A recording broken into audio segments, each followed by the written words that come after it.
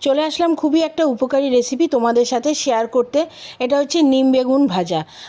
হয়তো এই রেসিপিটা অনেকেই খাওয়া পছন্দ করে না, যেহেতু প্রচণ্ড তেতো লাগে, কিন্তু এটা কিন্তু খুবই উপকারী। বসন্তের শুরুতে বা গরমকাল আসার আগের থেকে যদি তোমরা এই রেসিপিটা মাঝে মধ্যে করে খাও, তাহলে কিন্তু অনেক উপকার পাবে তোমরা। আর এই নিম বেগুন ভাজাটা কিন্তু আমাদের অনেক রোগ থেকে বাঁচায়।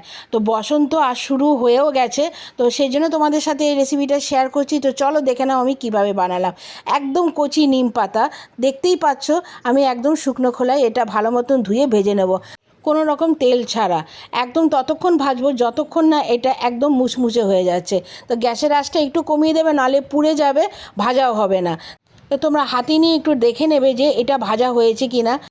হয়তো তোমরা ভাববে যে এটা খুবই একটা সাধারণ রেসিপি।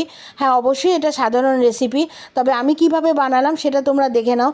এরপরে কড়াইতে খানিকটা তেল দিয়ে দুটো কাঁচা লঙ্কা আমি চিড়ে দিয়ে দিয়েছি। তারপরে দেখো বেগুন দিয়েছি, বেগুনটাকে একদম ছোট ছোট করে কেটে নিয়েছি। কেটে এই তেলের মধ্যে একটু ভালো মতন ভেজে নেব।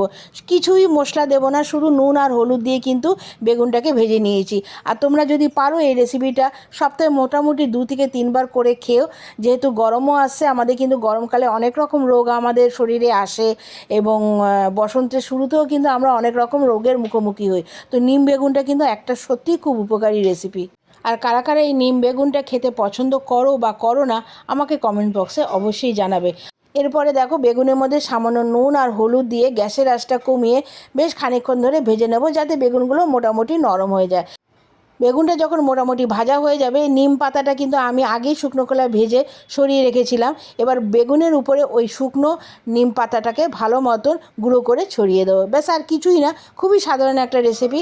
ভালো লাগলে কিন্তু একটা লাইক, কমেন্টস আর এটা আপনজনদের সাথে শেয়ার করে দিও। আর যদি মনে করো তোমাদের হাতে সময় নেই, তাহলে সেভ করে রেখে দাও, পরে দেখে নিও।